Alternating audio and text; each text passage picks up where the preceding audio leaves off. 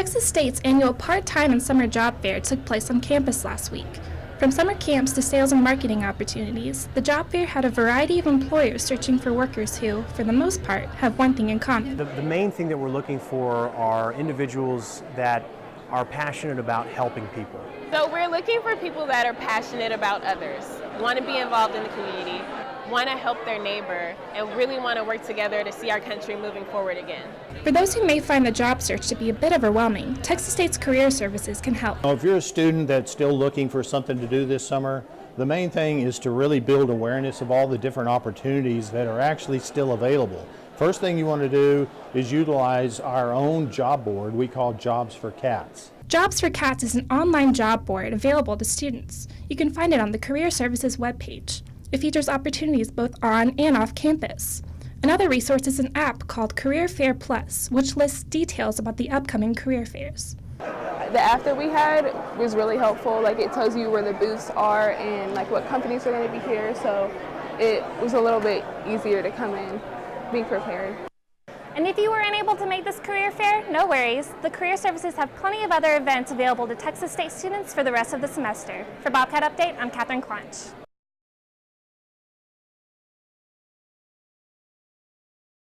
San Marcos has a gem that some residents may not even know about.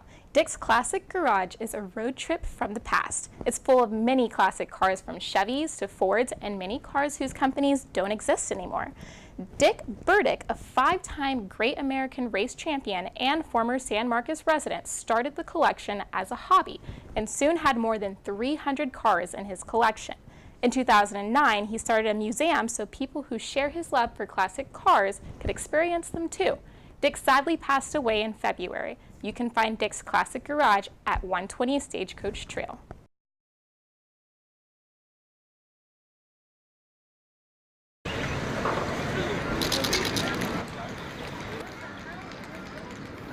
I guess when I first started kind of like driving down the roads back home and started seeing people spray paint, it kind of made me start kind of thinking about how I could release my imagination myself. So that's what kind of got me into spray painting, I guess you'd say.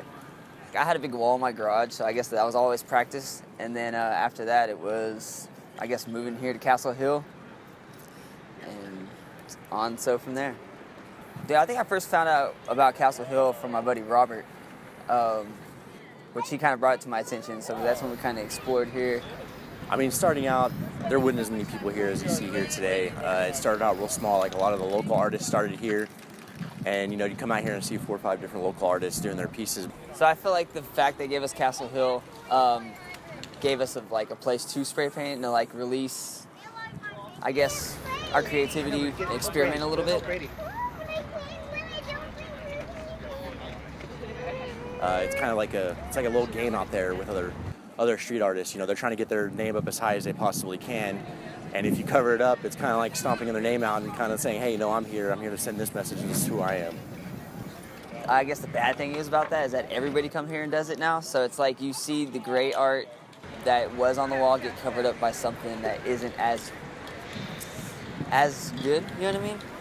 And I feel like the number one rule in graffiti is basically if you're going to cover something up, you got to cover it up better. Local artists doing their pieces, but now they don't really come out here too much because when they do a piece, it's covered up within 5 to 10 minutes after they leave. You know, there's been a few pieces that I've done, and I come back the next day just to see if it's still here, and it's already have somebody's really shitty name along, or someone's name written along the bottom of it, or they have, you know, male genitalia all over it. It's not fun anymore at that point. So, you know, I think a lot of them have moved out into places where generally you're not supposed to. But it gets their message out, and it takes a lot longer for people to cover it up aside from city workers and other taggers. I mean, as far as, you know, Austin embracing it and the artwork, I think it's awesome.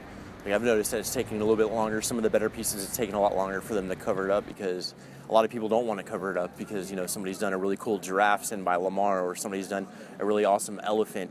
I think that, you know, the city's embraced it fairly well. Of course, you have the people that, you know, that write things that aren't the coolest things to put, and I think that's where the battle is between the people that do really good artwork and then the people that, you know, just want to put their name out there and really bad names. The only way street art would have a negative connotation, I guess, is because you're defacing someone's public property or private property.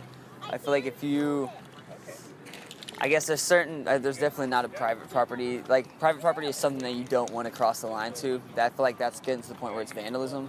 My point of view on, I guess, the city's property, like electric boxes and stuff like that, is that we have so many electric boxes around town that why wouldn't you want to decorate those and make your town look better?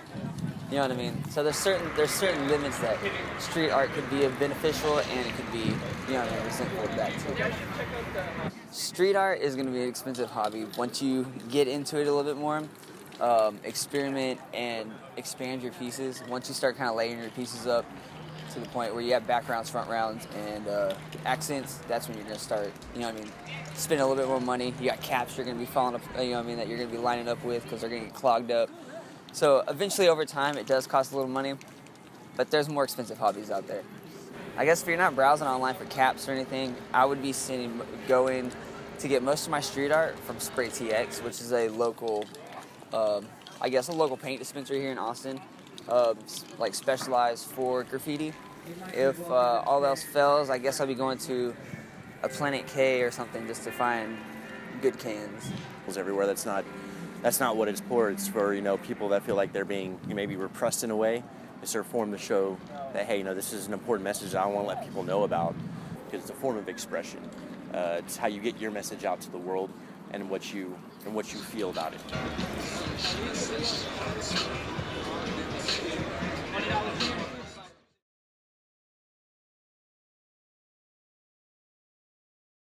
The store is called Monkey's Vintage. Texas State students who shop there will not only find clothing bargains, but also can earn money as well. Texas State student Kirby Sarmiento says having stores like Monkey's Vintage is beneficial to the community. They brought a vintage store to our small town, and it gives the students an opportunity to come and check out all the different clothes that have gone through the 70s, 80s, 90s, clothes that our parents used to wear back when they were our age, going to school and stuff like that.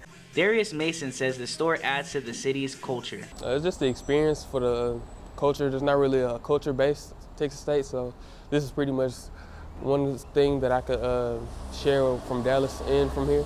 Many students are already taking advantage of the buy-sell-trade platform. Monkey gives people the opportunity for people to buy things as well as trade them for newer or better items. I've seen people come here so far and do quite a bit of selling, and they walked away pretty happy with either a little bit of credit in their pocket or maybe some cash or maybe some new articles of clothing. The store manager says she's pleased with how customers have responded to the opening. I think we've been welcomed very warmly, and I think people are really excited to have a little bit more of that culture here because we really give people the chance, and a lot of students, Texas State students, the chance to be right in the middle of that culture of the buy and sell trade. Monkey's Vintage is located at 314 North LBJ, San Marcos, Texas. Store hours are from 1 to 7 p.m. Tuesday through Sunday. For Bobcat Update, I'm Matthew Pettis.